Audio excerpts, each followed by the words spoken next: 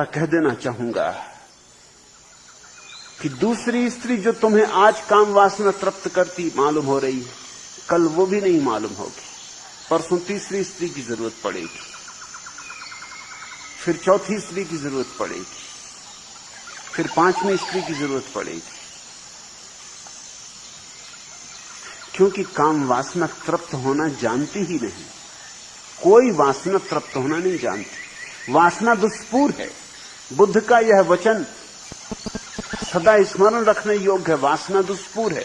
वासना भरती ही नहीं कभी। लाख भरो, खाली की खाली रह जाती। एक सूफी कहानी, एक फकीर ने एक सम्राट के द्वार पर भिक्षा पात्र किया। संयोग की बात थी, सम्राट दरवाजे से निकल रहा था सुबह अपने बगीचे में घूमने को। उस भिखारी ने कहा, मालिक क्या मैं कुछ मांग सकता हूं? सम्राट ने कहा, हां, क्या मांगना चाहते हो? उसने कहा, लेकिन मेरी एक शर्त है, जो मेरी शर्त पूरी करे उससे ही मैं अपनी मांग कर सकता हूं। सम्राट ने कहा, क्या शर्त? भिखारी मैंने बहुत देखे, लेकिन सशर्त भिखारी तुम पहली बार हो, क्या तुम्हारी शर्त है? सम्राट भी उत्सुक हुआ। उस भिखारी ने कहा, मेरी शर्त यह है कि अगर कुछ भी आप मुझे देना चाहें तो मैं लेने को राजी हूं, लेकिन मेरा भिक्षा पात्र पूरा भरना पड़ेगा। सम्राट भी हंसने लगा। उसने कहा, तूने मुझे भिखारी समझाया है क्या? सिर्फ उस भिखारी को दिखाने के लिए कि मैं कौन हूं, उसने अपने वजीर को कहा जो पीछे आ रहा था, इसके भिक्षा पात्र को स्वर्ण असरफियों से भर दो। उस फकीर ने कहा, एक बार पुनः सोच ले, मेरी शर्त याद रखें, फिर मैं शर्त पूरा हुए बिना हटूंगा नहीं यहां से। मेरा भिक्षा पात्र भरना चाहिए। सम्राट ने कहा, पागल चुप रहे, तेरा भिक्षा पात्र जरा सा भिक्षा पात्र लिए खड़ा है, इसको हम नहीं भर सकेंगे। स्वर्ण असरफियां डाली गई और सम्राट हैरान हुआ कि ये तो झंझट हो गई। जैसे ही स्वर्ण असरफियां उसमें गिरे, वो न मालूम कहां खो जाएं। भिक्षा पात्र खाली का खाली। मगर सम्राट भी जिद्दी था और एक भिखारी से हारे, सम्राटों से नहीं हारा था। हार उसने जानी नहीं थी जिंदगी में। जीत और जीत ही उसका एकमात्र अनुभव था। उसने कहा, आज मैं हूं और ये भिखारी, सारा खजाना डाल दो। खजाने अकूत थे, मगर सांझ होते होते खाली हो गए। हीरे जवाहरात डाले गए, मोती डाले गए, स्वर्ण मुद्राएं डाली गईं, चांदी की मुद्राएं डाली गईं, सब खत्म होता चला गया, सब खत्म होता चला गया। सांझ होते होते सम्राट की हालत भिखारी की हो गई और सारी राजधानी इकट्ठी हो गई ये देखने को। खबर आग की तरह फैल गई कि एक भिखारी, पता नहीं क्या, कैसा जादू है उसके भिक्षा पात्र में। आखिर सम्राट सांझ को उसके पैरों पर गिर पड़ा और उसने कहा, मुझे क्षमा करो, मैं तुम्हें पहचान नहीं पाया, मैं तुम्हारे इस जादू से भरे पात्र को भी नहीं पहचान पाया। मेरे अहंकार को माफी दे दो, मुझ पर दया करो। मुझे ये शर्त स्वीकार नहीं करनी थी। शर्त सुन के ही समझ लेना था कि कुछ गड़बड़ होगी। क्या मैं पूछ सकता हूं? मैं हार गया, मैं शर्मिंदा हूं अपनी अकड़ के लिए। लेकिन क्या मैं इतना जान सकता हूं, क्योंकि ये जीवन भर मेरे मन में जिज्ञासा रहेगी, इस भिक्षा पात्र का जादू क्या है? उस भिखारी ने कहा, इसमें कोई जादू नहीं, इससे मैंने आदमी की वासनाओं से निर्मित किया है। इसमें ताने बाने आदमी की वासनाओं के बुने। ये आदमी का हृदय, ये आदमी का मन। इसमें भिक्षा पात्र में कुछ खूबी नहीं। यह भिक्षा पात्र साधारण, बस इसके ताने बाने विशिष्ट थे। वे ही ताने बाने जिनसे तुम्हारा हृदय बना है। तुम्हारा भिक्षा पात्र भरा, जैसे बिजली कौंध गई। सम्राट को दिखाई पड़ा कि निश्चय ही उसका भिक्षा पात्र भी खाली रह गया है। जीवन तो हो गया, अभी भी दौड़ जारी, मौत करीब आने लगी, दौड़ जारी, हाथ खाली के खाली। इतना बड़ा साम्राज्य, मगर तृप्ति कहां? तो श्री मोदी, स्मरण रखना, कोई स्त्री तुम्हारी काम वासना को तृप्त नहीं कर पाएगी। वासनाएं तृप्त होती ही नहीं। इसलिए इस भ्रांति में मत रहना कि मैं ये कह रहा हूं कि इस तरह तुम्हारी वासना तृप्त हो जाएगी। इतना ही होगा कि इससे तुम्हें एक सजगता मिलेगी कि कोई स्त्री तुम्हारी वासना को तृप्त नहीं कर सकती। इस विवाह ने एक धोखा पैदा कर दिया है। विवाह का सबसे बड़ा धोखा जो है, मैं दुनिया से विवाह को विदा कर देना चाहता हूं, और उसका कारण तुम जान के चकित होगे। उसका कारण यह कि अगर दुनिया से विवाह विदा हो जाए तो इस दुनिया को धार्मिक होने के लिए रास्ता खुल जाए। विवाह के कारण ये भ्रांति बनी रहती कि इस स्त्री में मैं उलझा हूं, इससे फंसा हूं, इसलिए वासना तृप्त नहीं हो रही। काश मुझे मौका होता, इतनी सुंदर स्त्रियां चारों तरफ घूम रही तो कब की वासना तृप्त हो गई होती। वह भ्रांति, मगर वो भ्रांति बनी रहती विवाह के कारण। दूसरे की स्त्री सुंदर मालूम पड़ती, दूसरे की बगीचे की घास हरी मालूम पड़ती,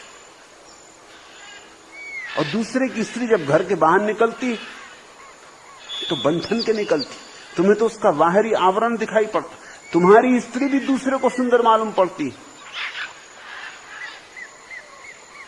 मुल्ला नसरुद्दीन एक दिन घर आया और उसने देखा कि चंदूलाल मारवाड़ी उसकी पत्नी का आलिंगन कर रहा है। वो एकदम ठिठका खड़ा रह गया। चंदूलाल बहुत घबराया। चंदूलाल ने समझा कि मुल्ला एकदम गुस्से में आ जाएगा, बंदूक उठा लेगा, लेकिन ना उसने बंदूक उठाई ना गुस्से में आया। चंदूलाल के कंधे पे धीरे से हाथ मारा और कहा, जरा मेरे पास आओ। बगल के कमरे में ले गया और बोला, मेरे भाई, मुझे तो करना पड़ता, तुम क्यों कर रहे हो? तुम्हें क्या हो गया? तुम्हारी बुद्धि मारी गई है। मेरी तो मजबूरी है, क्योंकि मेरी पत्नी तो रोज मुझे आलिंगन भी करना पड़ता और रोज कहना भी पड़ता है कि मैं तुझे बहुत प्रेम करता हूं, बस तुझे ही चाहता हूं, जी जान से तुझे चाहता हूं, मेरी जान, जन्म जन्म तुझे चाहूंगा। मगर तुझे क्या हो गया मूर्ख? और हमने तो सुना था कि मारवाड़ी बड़े होशियार होते, मगर नहीं, तू नपट गधा है।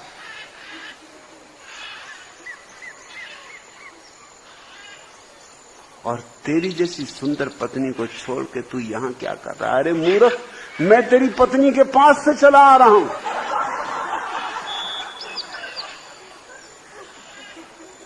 चंदूलाल ने कहा कि भैया तूने मुझे भी माफ कर दिया। उस औरत के डर से मैं कहां कहां नहीं भागा फिरता हूं, शराब पीता हूं, फालतू दफ्तर में बैठा रहता हूं, फिजूल ताश खेलता हूं, शतरंज बिछाए रखता हूं कि जितनी देर बच जाऊं उस चुड़ैल से उतना अच्छा। तू उसके पास से चला आ रहा है। कहते क्या हो नसरुद्दीन? मैं तो सदा सोचता था कि तुम एक बुद्धिमान आदमी, तुमने उसमें क्या देखा? उस मोटी थुलथुल औरत में तुमको क्या दिखाई पड़ता है? एक दिन स्टेशन पर वजन तोलने की मशीन पर चढ़ी थी तो मशीन में से आवाज आई, एक बार में एक, दो नहीं। तुम्हें उसमें क्या दिखाई पड़ रहा है? मगर यही होता है,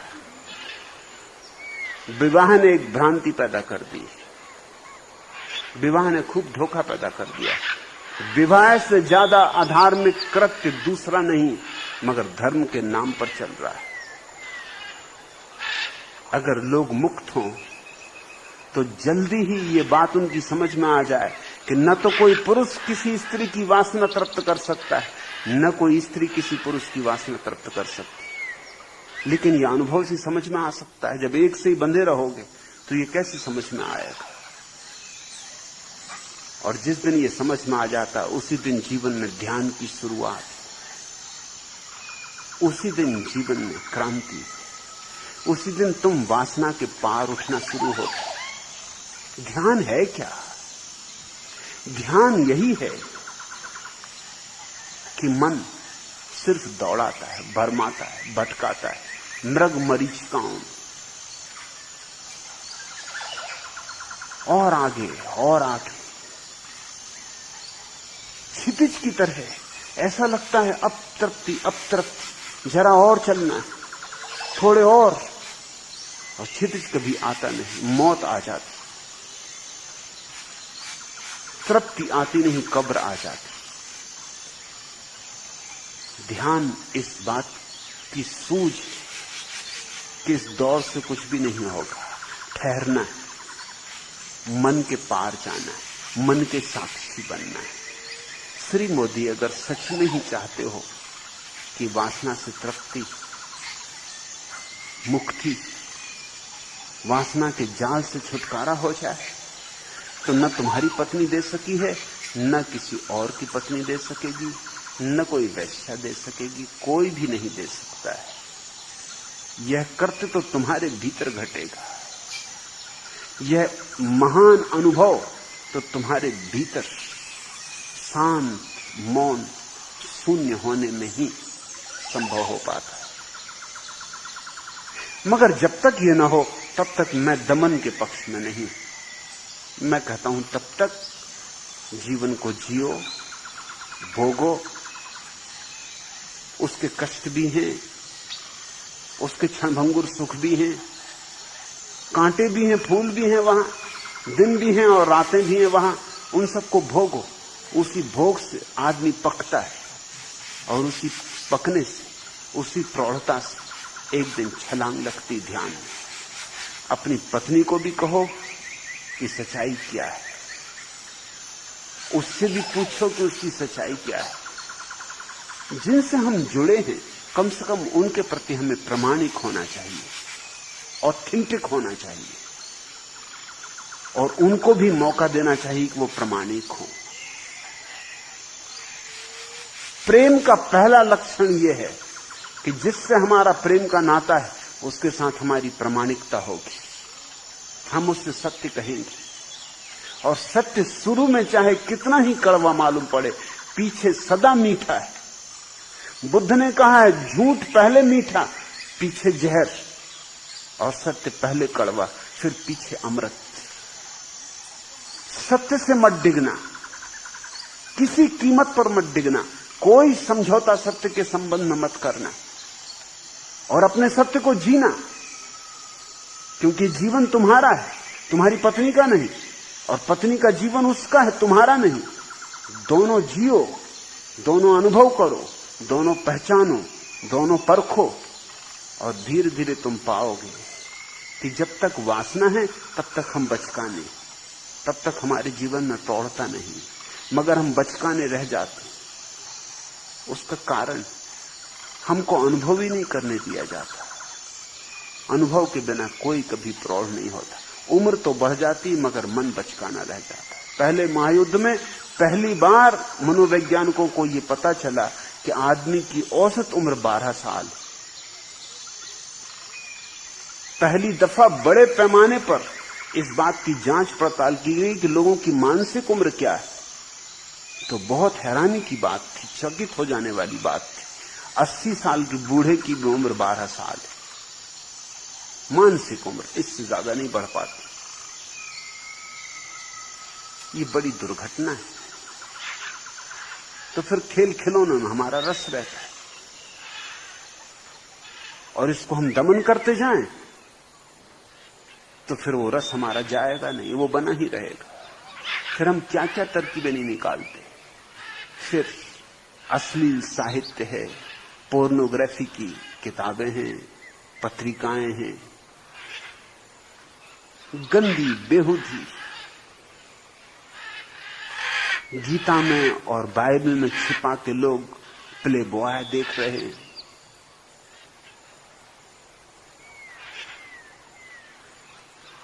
किसी को पता भी ना चल जाए।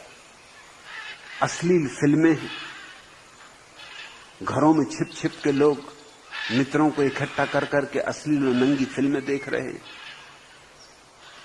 यात्राओं पर लोग जाते, नाम होता है व्यवसाय का, लेकिन मामला होता है केवल वेश्याओं का। काम नहीं भी होता तो भी टिके रहते हैं व्यवसाय के लिए। एक व्यक्ति कलकत्ता से बंबई आया था 3 दिन के लिए। 3 सप्ताह बीत गए, तार भेजता रहे कि खरीद कर रहा हूं, अभी खरीद जारी। जब 3 महीने बीतने लगे, संकित तो पत्नी पहले से हो गई। पत्नी संकित तो पहले से ही होती,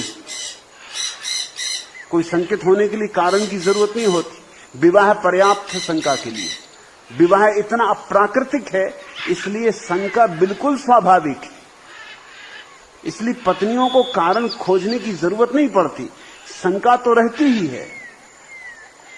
कारण तो फिर अपने आप मिल जाते, कारण तो मिल ही जाएंगे, मिलने ही चाहिए। कारणों के संबंध में पत्नियां निश्चिंत रहती हैं कि वो तो खोज लिए जाएंगे, उसमें कोई अड़चन नहीं। देर अबेर की बात है, क्योंकि विवाह की संस्था इतनी अप्राकृतिक है। संकित तो थी, 3 महीने बाद उसने भी तार किया कि अब ठीक है, तुम खरीद जारी रखो। तुम जो वहां खरीद रहे हो, मैंने यहां बेचना शुरू कर दिया। वो आदमी भागा हुआ घर आया, क्योंकि वो जो खरीद रहा था अगर वही बेचना शुरू कर दिया तो मारे गए। पत्नी ने कहा कैसे जल्दी से आ गए, खरीद नहीं करनी। कब तक खरीदोगे तुम? फिर मैं बेचूंगी भी यहां, वही जो तुम खरीदोगे वही यहां बेचूंगा। तो खरीद के इकट्ठा करते रहोगे, बेचना भी चाहिए ना।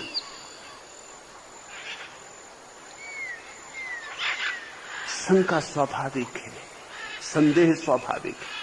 ये तथाकथित हमारा प्रेम बड़े संदेहों से भरा हुआ है।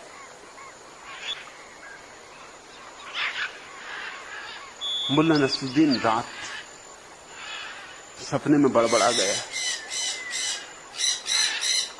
कमला कमला, और पत्नियां तो जागती रहती, रात तो बिल्कुल बैठी रहती कि क्या बकता रात देखने। उसी वक्त हिलाया, कहा ये कमला कौन? मगर पति भी होशियार है, नींद में भी इतनी होशियारी रखते हैं। उन्हें कोई नहीं, घबरा तू, ये घोड़ी का नाम है, रेस कोर्स की घोड़ी, उसमें मैं दांव लगाने की सोच रहा हूं, वही मेरे दिमाग में चल रही। मगर पत्नी को इतने आसानी से भरोसा तो नहीं आता। उसने कहा ठीक। शाम को मुल्ला के दफ्तर उसने फोन किया कि वो रेस कोर्स की घोड़ी कमला ने फोन किया है, आपको पूछ रही कि कहां है, क्या पता दे दूं? कब तक छिपाओगे, कहां तक छिपाओगे? बेहतर है कह दो, बेहतर है साफ साफ करो, और इतनी प्रीति तो दिखलाओ, इतना स्नेह तो जतलाओ, इतना भरोसा तो दिखलाओ, और स्मरण रखो कि दूसरे को भी इतनी स्वतंत्रता दो। स्वतंत्रता के फल मीठे, सत्य के फल मीठे, लेकिन अंत में शुरू में कड़वे। शुरू की कड़वाहट से मत डर जाना, और अंततः तुम्हारे ये सारे अनुभव तुम्हें ध्यान में ले आएंगे। यहां मैंने अपने आश्रम में सारी तरह की चिकित्साओं की व्यवस्था की। यहां कोई 100 चिकित्सा के समूह काम कर रहे हैं, 100 चिकित्सा पद्धतियां काम कर रही हैं। उनमें सब है चिकित्सा पद्धतियों में, जिसका जो रोग हो, जिसका जहां मन अटका हो। जिससे अगर किसी का मन काम वासना में अटका है तो उसे मैं तंत्र की चिकित्सा पद्धति में भेजता हूं। तंत्र से गुजर के ही फिर वह ध्यान कर पाता, उसके पहले नहीं कर पाता। क्योंकि वो ध्यान करे क्या, ध्यान करे कैसे? यहां भारतीय मित्र आते हैं, वो मुझे लिखते हैं कि आप कहते हैं ध्यान करो, हम ध्यान करने बैठते हैं, पास में कोई सुंदर स्त्री ध्यान कर रही, हमारा दिल वहीं वहीं जाता, जाएगा। भारतीय शुद्ध संस्कृति का ये लक्षण, और जाएगा कहां? सदियों से दबाया है तो और जाएगा कहां? तुम्हारे पास में ही बैठा हुआ जो पाश्चिमात्य है, उसका कोई मन उस स्त्री में नहीं जा रहा है, क्योंकि स्त्री का काफी अनुभव हो चुका। ये जान के तुम चकित होगे कि यहां जो मेरे सन्यासी हैं पश्चिम से आए हुए, उनका कोई रस स्त्री पुरुष में नहीं। वैसा रस जैसा कि भारतीयों का है, कतई नहीं। सहज, सामान्य, जैसे कोई 24 घंटे भोजन के संबंध में सोचे तो पागल, और दिन में 2 बार भोजन करे तो पागल नहीं। किसी से तुम्हारा स्नेह नाता हो, प्रेम का संबंध हो, तो इसमें कोई विक्षिप्तता नहीं है। लेकिन कोई 24 घंटे बस यही सोचता रहे, स्त्रियों की ही कतार लगी रहे, तो फिर रुग्णता है। मगर तथाकथित संस्कृति और तथाकथित धर्म और तथाकथित महात्माओं ने तुम्हें जो दिया है, वो यही उनकी वसीयत है। इस वसीयत में तुम सड़ रहे हो। इस सड़ान से तुम्हें मुक्त करना चाहता हूं, इसलिए मैं दुश्मन मालूम पड़ता हूं।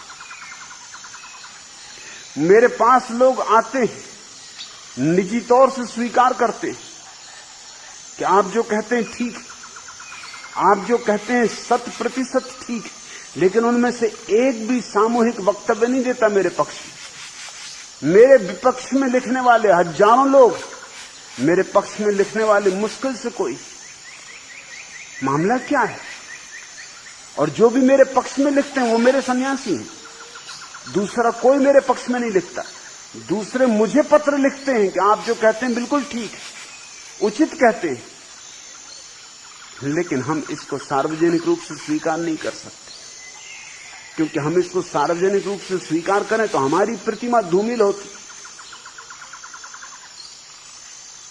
यहां आने की हिम्मत नहीं पड़ती। यहां लोग आते हैं, छिप के आते हैं। श्री मोदी को तो मैं हिम्मतवर कहूंगा, वो प्रतिष्ठित व्यक्ति हैं, मोदी मिल्स के मालिक हैं। मैं उनके साहस का धन्यवाद करता हूं कि उन्होंने हिम्मत पूर्वक ये प्रश्न पूछा। अब और थोड़ी हिम्मत जुटाओ, अपनी पत्नी को भी साफ करो, अपनी पत्नी को भी यहां ले आओ। अगर तुम साफ न कर सको तो मैं साफ करूंगा।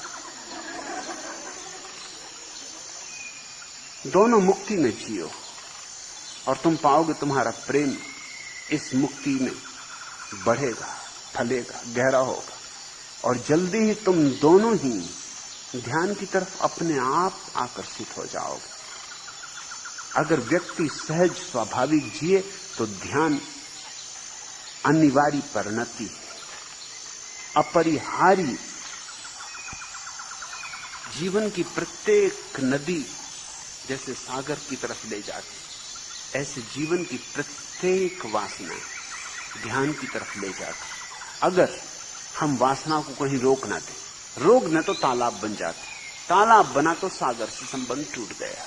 फिर सड़ना है, फिर कीचड़ है, फिर गंदगी, फिर गति नहीं, फिर प्रवाह नहीं।